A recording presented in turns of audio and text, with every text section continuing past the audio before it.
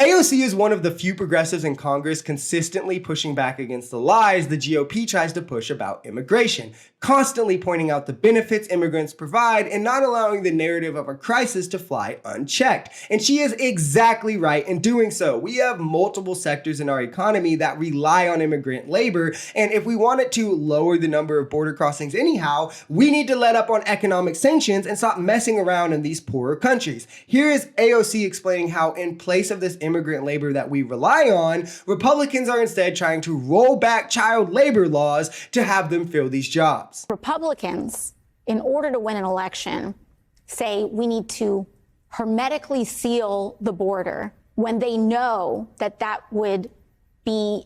is economic self-sabotage to the U.S. economy. And they are saying, let's do it anyway. And to compensate for the negative effects, we're going to allow and throw people's kids into factories.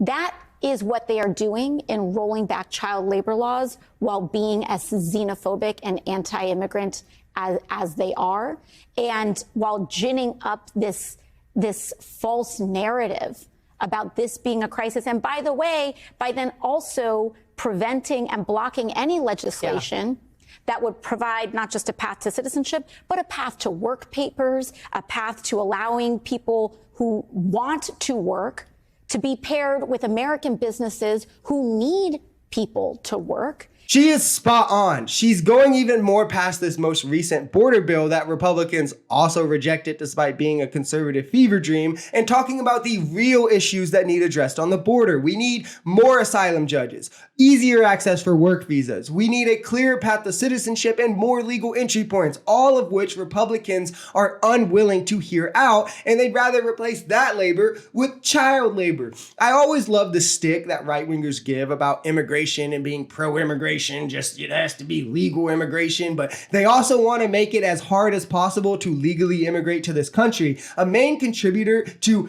illegal immigration is actually just visa overstays. People who came here legally and were contributing to the economy, working, etc., and their visa expired, and our system is so backed up and broken that they couldn't get it renewed in time. Not to mention, illegal immigrants pay billions into programs like Social Security, Medicare, all while receiving no benefits. In fact, if we deported all undocumented immigrants today, Social Security would lose $13 billion in funding for this year, billions from Medicare as well. If you're really pro-immigration, you should be pro-immigration by supporting the means in which makes immigration easier to happen legally, where these hardworking individuals can begin really and legally contributing to our society. I mean, there is not only no moral calculation, there is no economic calculation, there is no logical calculation, there is only a political calculation.